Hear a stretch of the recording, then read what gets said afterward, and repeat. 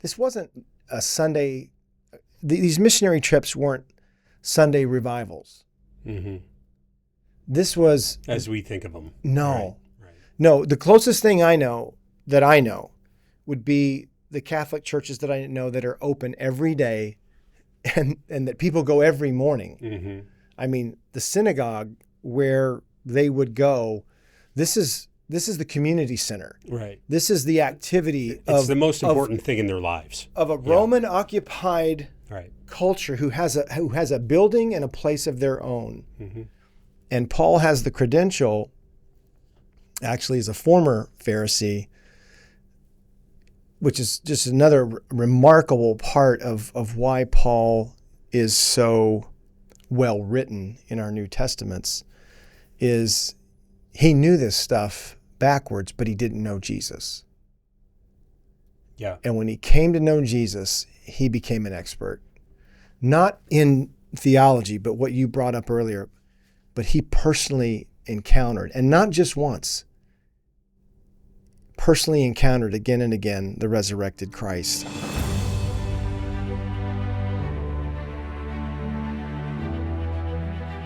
With God, there is always more. More love, more life, more freedom. Welcome to Zoe's Exploring More with Michael Thompson. C.S. Lewis once wrote, "Our Heavenly Father has provided many delightful inns for us along our journey, but He takes great care to see that we do not mistake any of them for home." Join me and the team as we explore the kingdom together, discovering the deep truths and offering encouragement for the journey. There is always more. Welcome, friends and allies, to the Exploring More podcast. Michael Thompson and the SJ Jennings. The hanging out. And this is fun, man. I'm so excited that we're turning in our exploration into a book of the Bible, one that we love, one that we utilize a lot working with men. Yeah. And we have referenced the Bible obviously since episode 1. Have we done this before? No, we've not. This is our first time. We've not just gone through a book. We've not been Bible teachers definitely in the Exploring More podcast. Bible explorers. Yeah, Bible explorers. I like that. Sounds like VBS. So, but it's a tremendous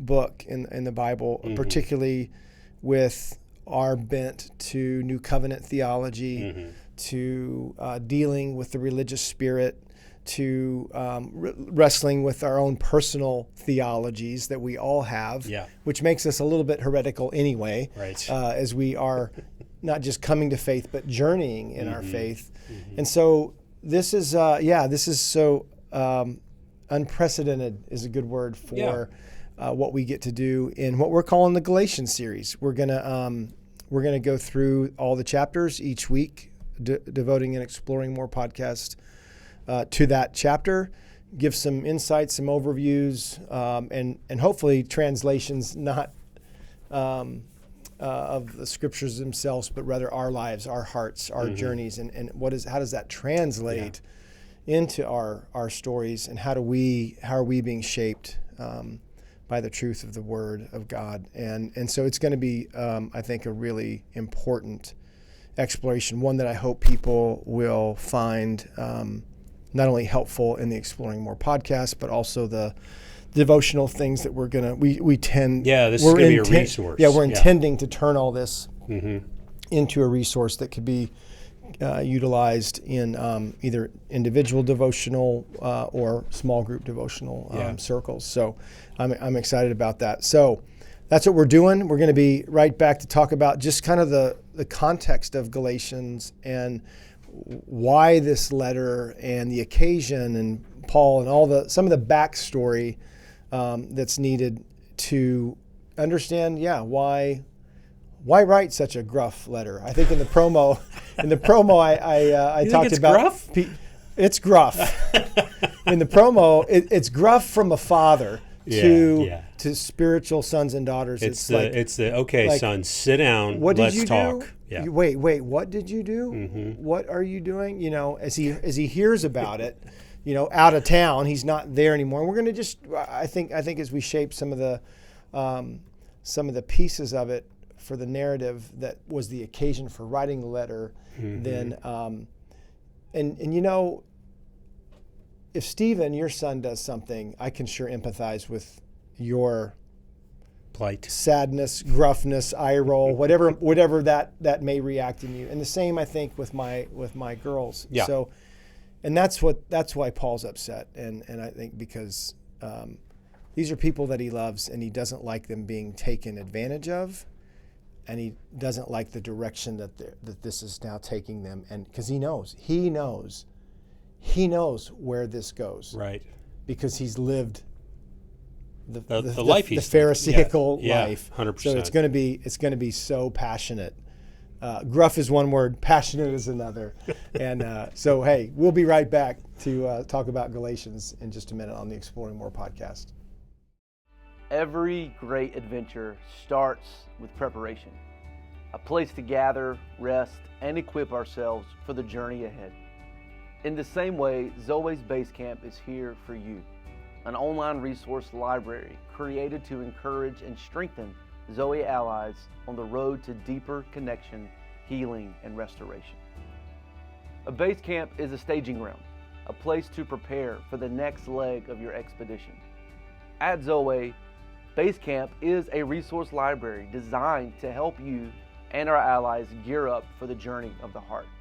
It is packed with devotionals, discussion guides, and podcasts to help you deepen your relationship with God and one another.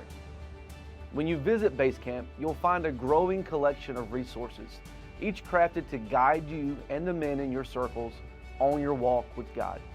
Each series that you find below includes a devotion plan with supplemental video content from the Explore More podcast.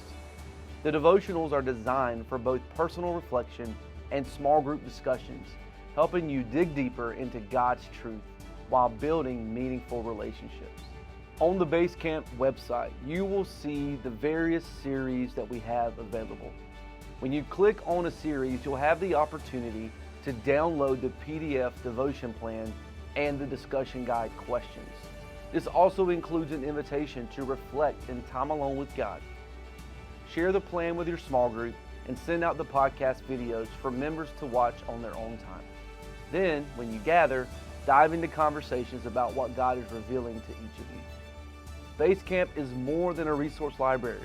It's a tool for building redemptive brotherhood on the road to experiencing more life, more love, and freedom with God.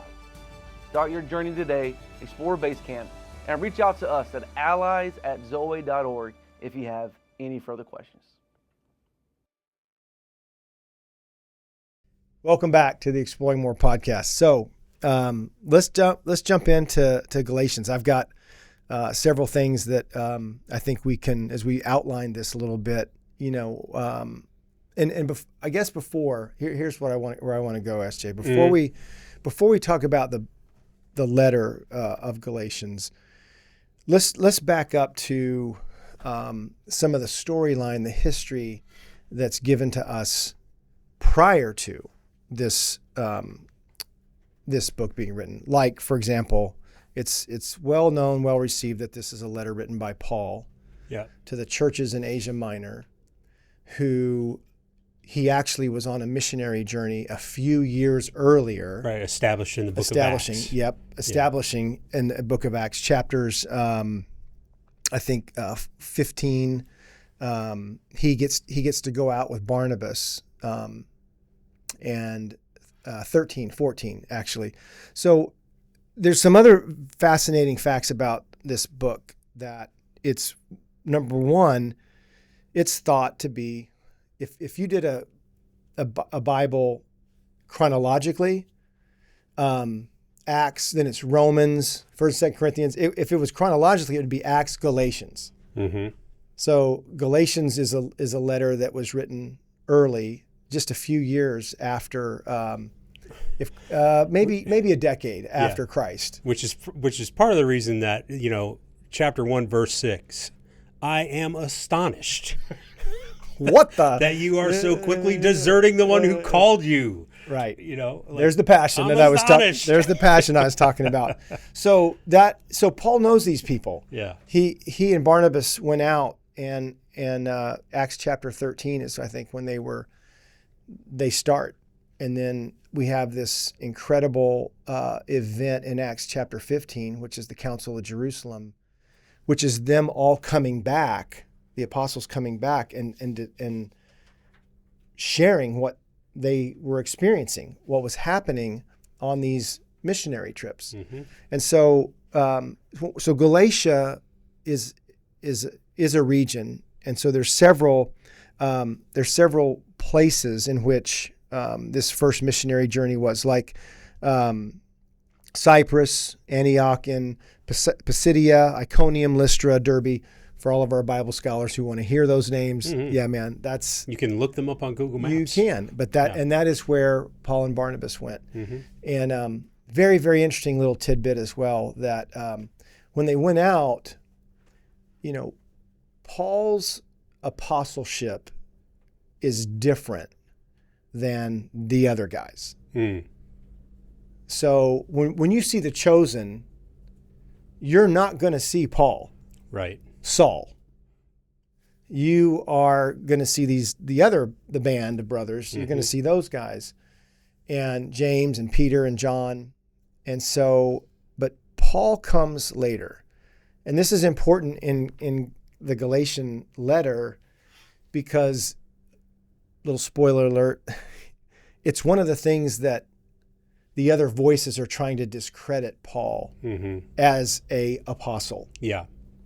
And so it is relevant when you are going to look at this letter like, okay, it's from Paul. Well, what's Paul's story? Yeah. Who is he? Who is this guy? Right.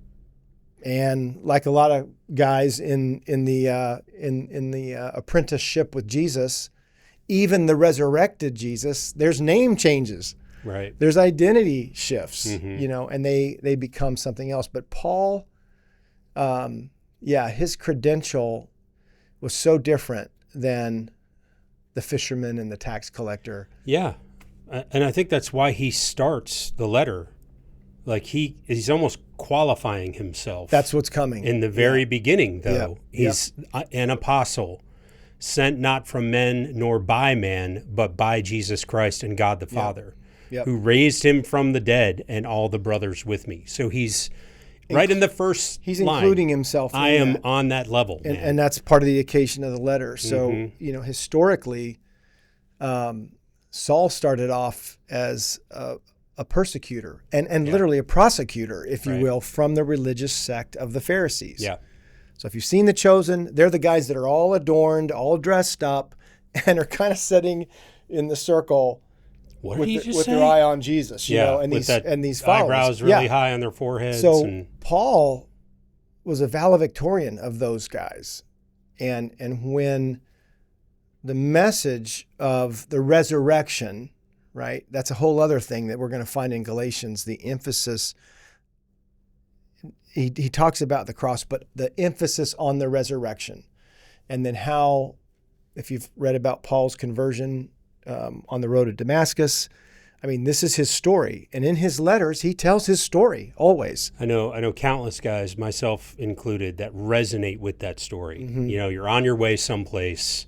You get disrupted. You get disrupted violently by Jesus. Yeah. Yeah. Lovingly violent. Yes. Or violently loving. One of those, however you want to put those together. However you want to do it. But he was radically changed. Yeah. And because he had a reputation. Oh, back in early Paul's story, he's in. So the book of Acts is the beginning of the church. And wildly again, all of these people that were Jewish in the Middle East, when they had the Passover, when they had festivals and calendar, this was a time when Jesus, right, is being crucified. These people were in town. That Paul, Barnabas, Peter, James, John, when they start doing their missionary trips, these people aren't going, wait, what? What happened? Because you go back to the Gospels, They and were I there. don't want to go back to Genesis. I don't want to go right. all the way. But I'm saying when you're talking about context, I love it. It is one story with multiple writers, multiple scenes and chapters, some of it going on at the same time, and that's what's happening as we jump into this particular book. Saul was trying to absolutely squash this new movement of Christianity in the first century. This heresy. So yes. that's where if you read about Stephen is in front of the Sadducees, the Pharisees, the religious leaders, and Saul is right there. He's holding their coats. Yeah, there's so interesting. Yeah. I actually, since we're on it, this is in Stephen's story is in Acts chapter 7 before the Sanhedrin that he's talking. Saul, this is chapter 8, verse 1 and 2. Saul approved the stoning of Stephen. Yep. Some faithful followers of the Lord buried Stephen and mourned very much for him. Goes on. At that time, the church in Jerusalem suffered terribly. All the Lord's followers, except the apostles, were scattered everywhere in Judea and Samaria. And again, scattered in this, we live in Hillsborough, Apex, Raleigh, Durham. I mean, you're talking about, it's not much bigger than that. Scattered physically, but also scattered from each other. Yeah, right. Some miles away from each other. Breaking them scattered isn't Europe. Right, right. And us here. I mean, they're scattered in a way of they're not together. But listen to this other. All the Lord's followers except the apostles were scattered everywhere in Judea and Samaria. Saul started making a lot of trouble for them in the church. He went from house to house, arresting men and women and putting them in jail. You know the picture I have of this guy? The sheriff of Nottingham. Yeah. Doing the bidding, right, of the rulership, collecting taxes, that whole, but I'm going to take advantage of this opportunity to exert authority over these people. And Stephen got stoned. So that's chapter 7. And the beginning of 8 is now Saul's going door to door. Right. To find more people to stone. And find out what's your position on this. With the authority. Who are you affiliated with? With the authority of the Jewish church. I mean, if you want to get really weird, I mean, the Gestapo. Yeah.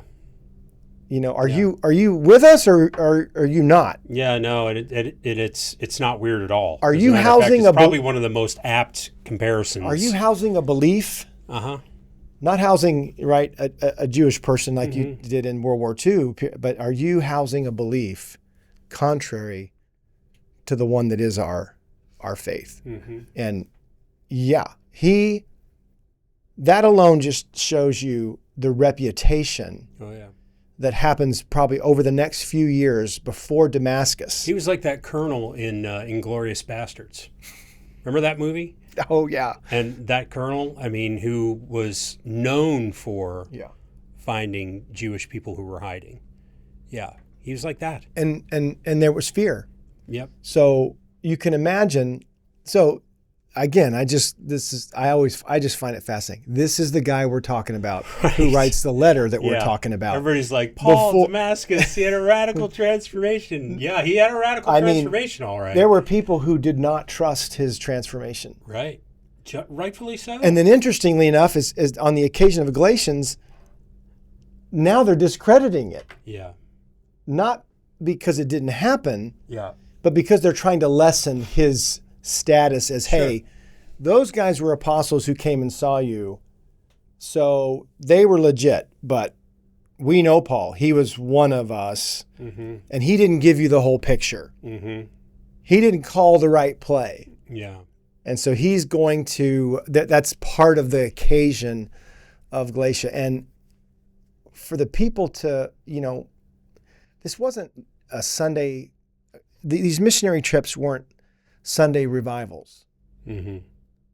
This was... As we think of them. No. Right. No, the closest thing I know would be the Catholic churches that I know that are open every day and that people go every morning. I mean, the synagogue where they would go, this is this is the community center. Right. This is the activity It's the most important thing in their lives. Of a Roman occupied culture who has a building and a place of their own. Mm-hmm.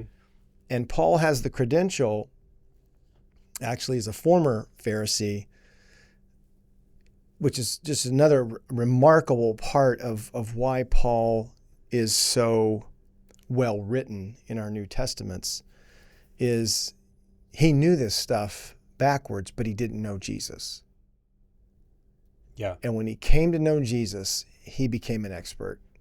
Not in theology, but what you brought up earlier, but he personally encountered, and not just once, personally encountered again and again the resurrected Christ. Yes, 100%. And I think it's because of his experience and that transformation.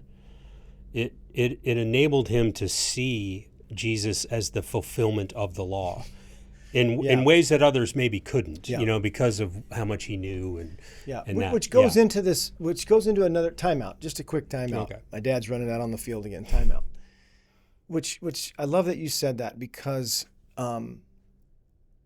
theology and knowledge about something is a significant thing, but it's not the same as experiencing that thing. Mm-hmm. I mean, I think we do it on our vacations all the time. Robin and I just had our 35th wedding anniversary. We got to go down to Marco Island. Shout out to the Shirlers. It was so fun. You've been in their home down there. We just had the best time. Well, before we got to go, we had brochures. We had the owner packet, and these are the restaurants, and these are the places, we can look them all up. And Google Map reviews. Same thing with my birthday and going to Scotland. You can look all that stuff up, but it's not the same as standing in front of the Edinburgh Castle. Right. It's not the same as being on the Lanai at going to the Snook Inn and having a grouper Reuben. Yeah. Yes. So this is. I think why Paul is so passionate, and I know the next session is when we're getting deeply into chapter 1, but I just want to, I've got a couple other thoughts and questions to ask about the backdrop. Can you think of a time or a story when you were impressionable and impressed upon and not in a good way, but you didn't know it was not in a good way? Yeah, great question. Because there's relevance to that. Go ahead. Yeah, I think what's coming to my memory right now is actually, I think I was about a sophomore in high school, maybe a junior in high school, and a friend of mine invited me, and it was a girl, so that complicates things. I wasn't going to say that, but you did. I didn't know for sure, but I figured. That complicates things. And what I mean by complicates things is I probably said yes because she's a girl and I was interested in dating her, rather than I was really interested in what she was inviting me to. She was inviting me to what I know now and knew shortly thereafter, and was like, I'm really not interested in that. She invited me to a cult meeting. Yeah. And it was... I don't need to get into all the details. I just know it was a cult, and went twice. And all of a sudden, I was like, "Wait a minute, this does not make sense." And I had no relationship with God at the time. I was not brought up in the church or anything, but I knew something. But something wasn't right. Yeah, the cheese was south of fresh. Something wasn't right, and so I just made up that. That's idiom, a good by one, the man. way. Yeah. I was being invited into it, and initially thought, great, this is great. She's really interested in this thing. I'll go with her. Yeah. And so, maybe she'll go out with me, and she makes it sound fun. That's great. And then I got into it, and I was like, whoa. Yeah. Yeah. I got an impression story that I want to share too. And the subtlety of that. The dynamics of that. I don't think these people who were following up after Paul and Barnabas' first missionary trip, and these churches are established, primarily Jewish, but also the whole Gentile thing is happening. That's happening early, and that's a part of the backdrop of this. But when you're excited about something, you can be impressed upon. Mm-hmm. You can be steered in naive directions Right. that you're naive to, Right. but because somebody's showing up with some credential or some level of, yes, very good words, some promise that if you'll do these things, it's actually better or more. Makes me think of multi-level marketing. Okay. Funny you should say that. I did not prompt you to say that. You did not. So Rob and I are new parents. I don't know how we got on this. Oh, I know. Some friends of ours actually gave this book company and their salespeople our name as, I guess, one of the 2 or 3 people that, they would, what do they call that? Not a recommendation, a lead. We were, we were given our name. So we're new parents. Ashley is, in here. Baby. They come to the door and said, hey, wait, we've got some books and resources that we think you would really, as new parents, of course, you would want your daughter to have all. So we got worked. Was it like Encyclopedia Britannica or something? Yeah, it was. What is the book company that would go door to door? Anyway, so, okay, I'm $1,400 later on our credit card. Oof. We just were impressionable. Yeah.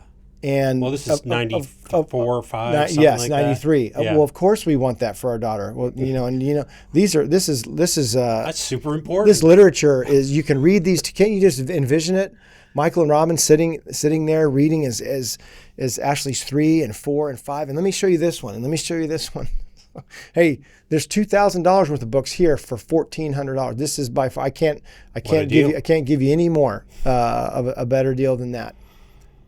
Mm-hmm. And we bought them. And then he left, and the next day it was what we kind of smelling salts came. Right, snapped out of it. And we could call the number because you had like 24 hours to kind of get out. Nobody's answering the number. Nobody's answering the number.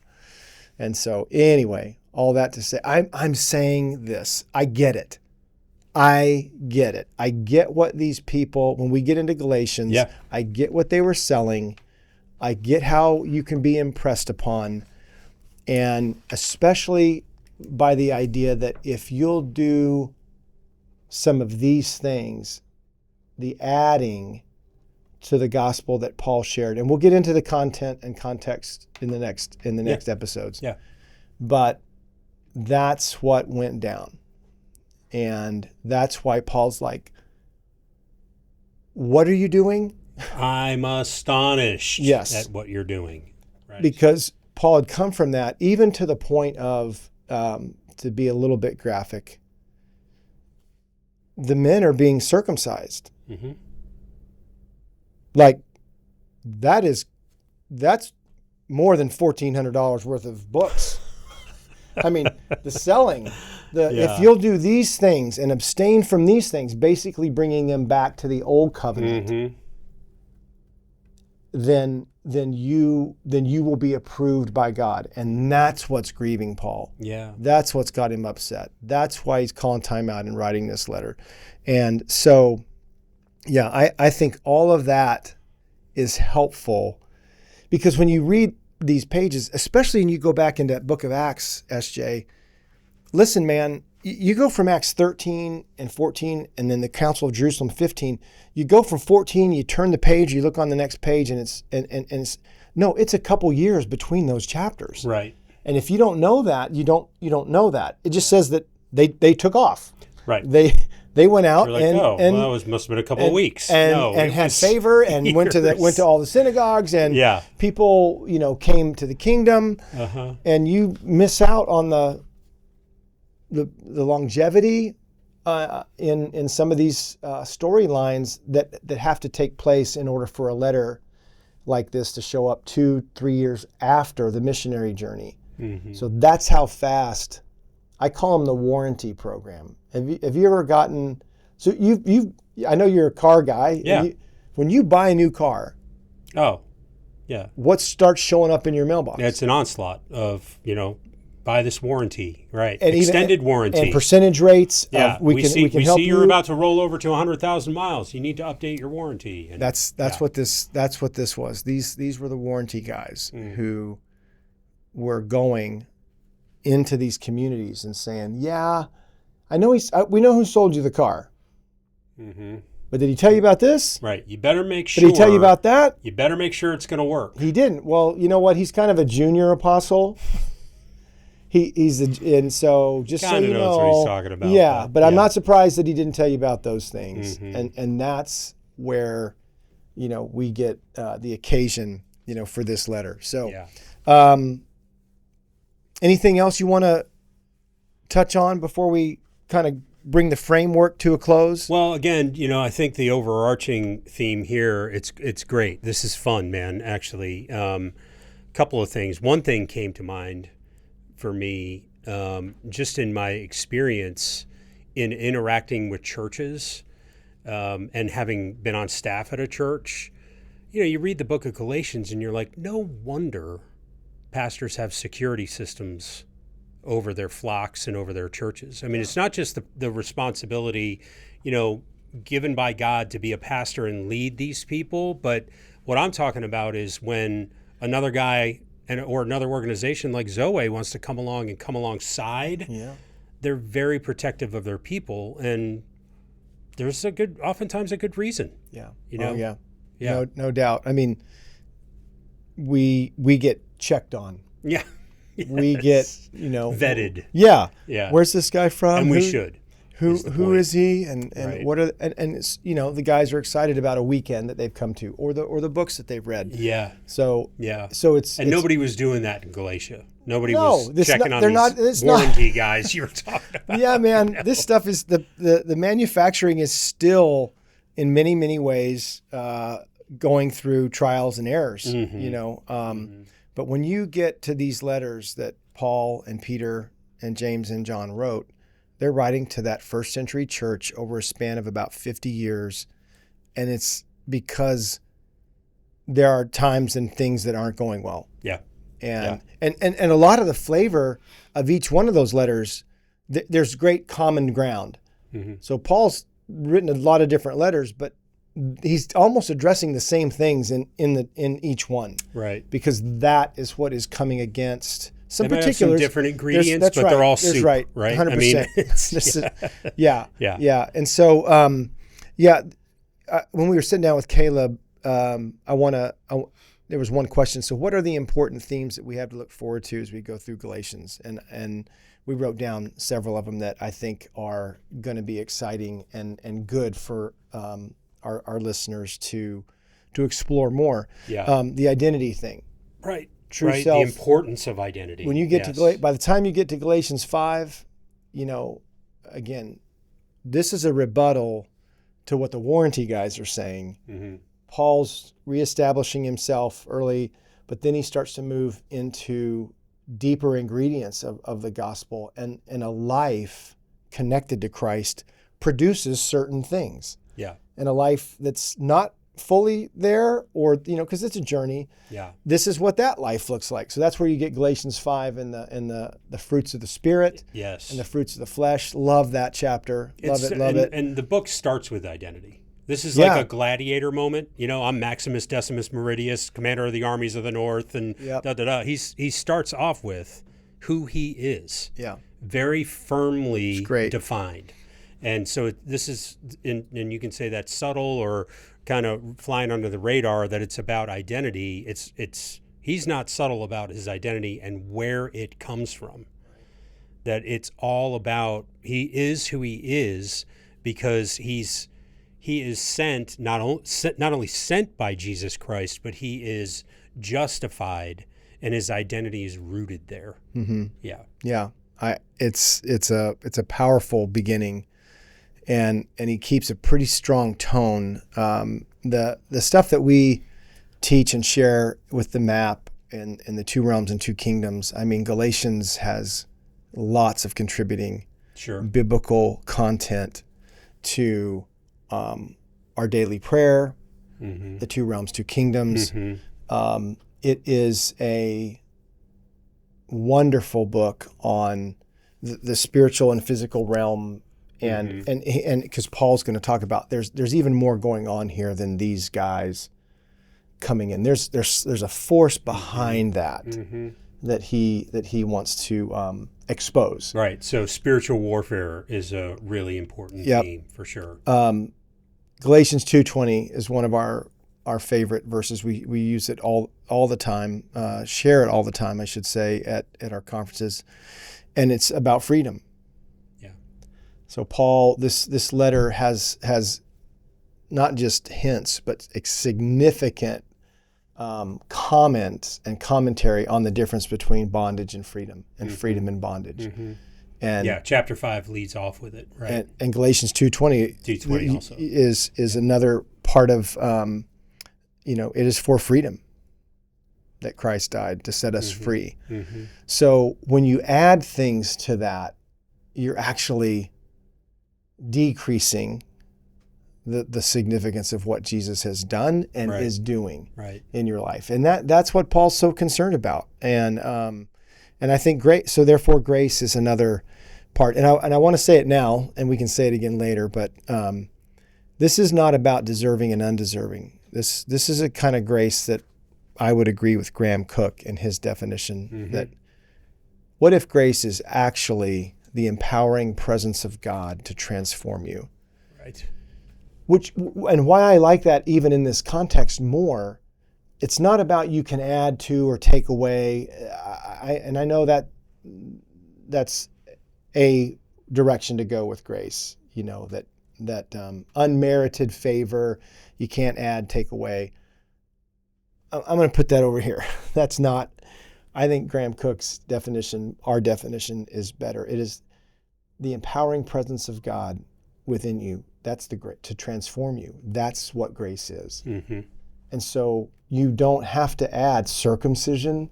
You don't have to add the practice of these days. There's nothing you don't have to add abstaining from eating these things. And that you got it. You got enough. As a matter of fact, you got all you need. You got more than you need. Right. And that's where I think is the beauty of Galatians. And back to one other application, because we talked about impressionable, but I think I've done this. Yeah, I've been added. I've been an adder. Things. Yeah. Oh yeah. Oh yeah. And I think so much of it had to do with the cultures that we all grew up in to some degree had a performance, a significant attention to your performance. And I'm not saying that faith and works aren't part of this way that we walk and walk out our faith. But I believe I was so much more influenced by the performance life. There were grades, there were recitals, and then when athletics took over about 6th grade in my life, that was all about performance.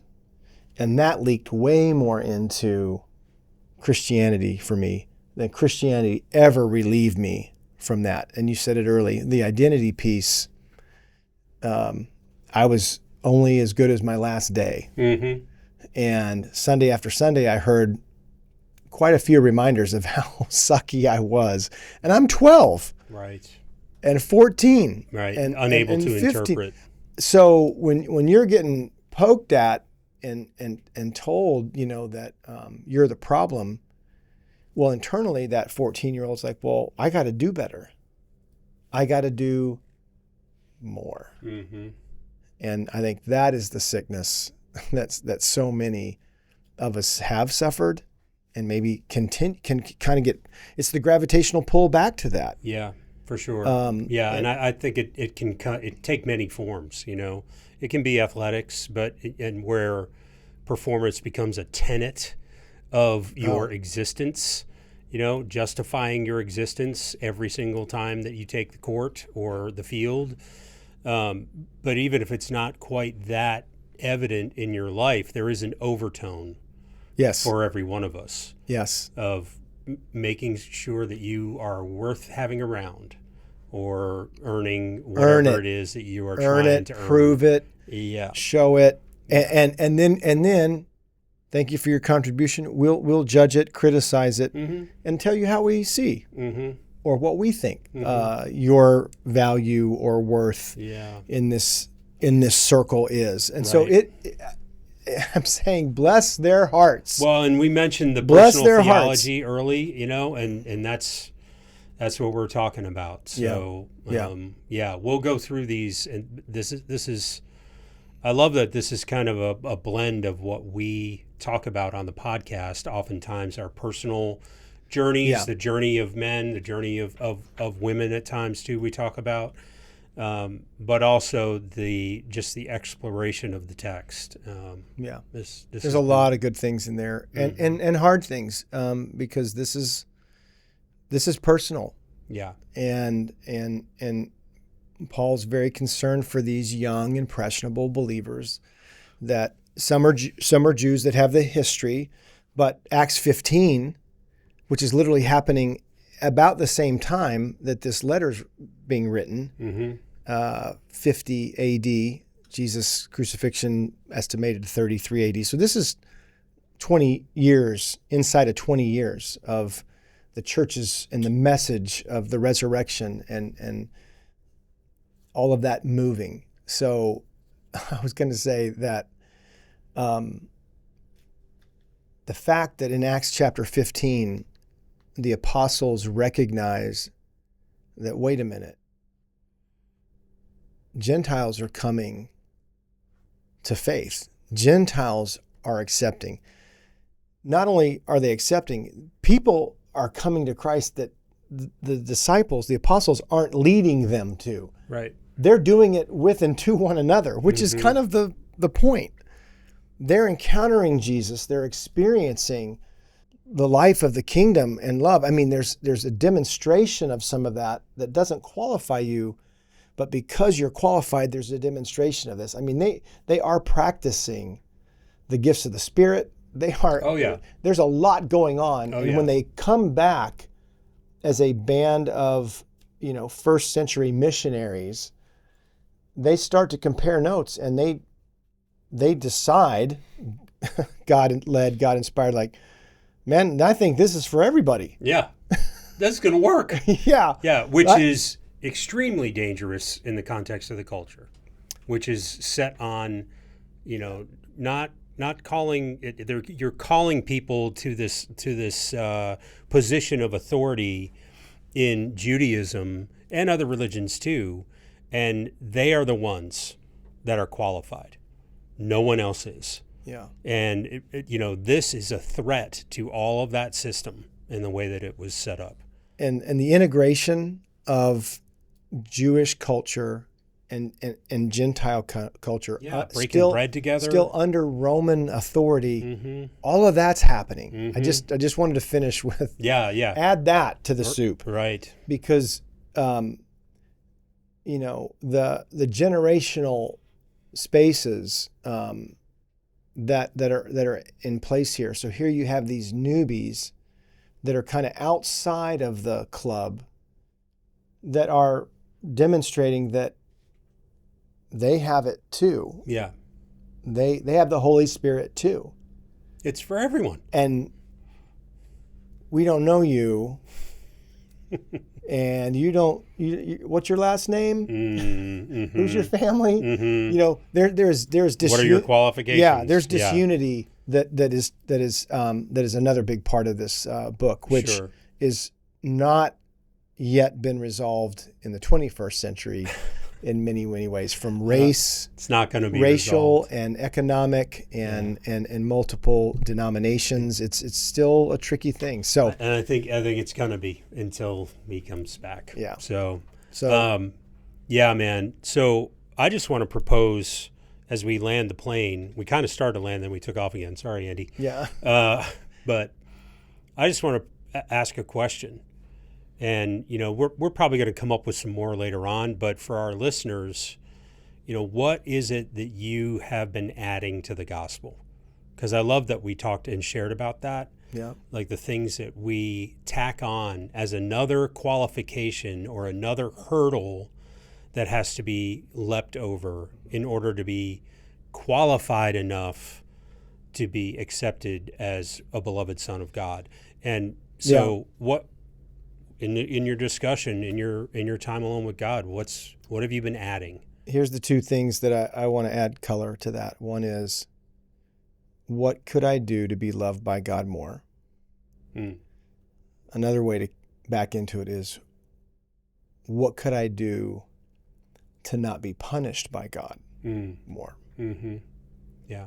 So great color to help them those find are the it. tricky, when I think of my life, I have answers in my life, especially up and through my 30s, that were, if I go to church, if I do my devotionals, if, then it wasn't so much that God would love me more. I would not suffer, or I would not, because that's what I grew up hearing so much of, is the wrath of God. I would not be subject to the punishment, which that sounds good. What do I need to do Especially or not as do? a 12-year-old. Oh, but a 24-year-old. Yeah. And even into my third, that stuff was in my system internally and needed some real work. So, well, all right, that's what we're going to do. Chapter a week, and that's a little bit of the backdrop of Galatians. I think it's a fun. We enjoyed exploring more in the backstory of the occasion of this letter, and now in the next episode we get to actually turn into Galatians 1:1, and show you what we find there, and invite you to explore too. So angry Paul, gruff, gruff, passionate, lovingly violent, violently loving, all of the above. So hey, we'll see you next time on the Exploring More podcast. We hope you have enjoyed this episode of Exploring More. The landing page for this podcast is zoe.org/podcast. That's ZOWEH.org/podcast, where you can find the show notes and various platforms to which we broadcast. You can also find us and the Life of More by visiting Zoe on YouVersion Bible app, Right Now Media, our Facebook page, and Zoe on Instagram and Twitter. Remember, with God there is always more, and you were made for more.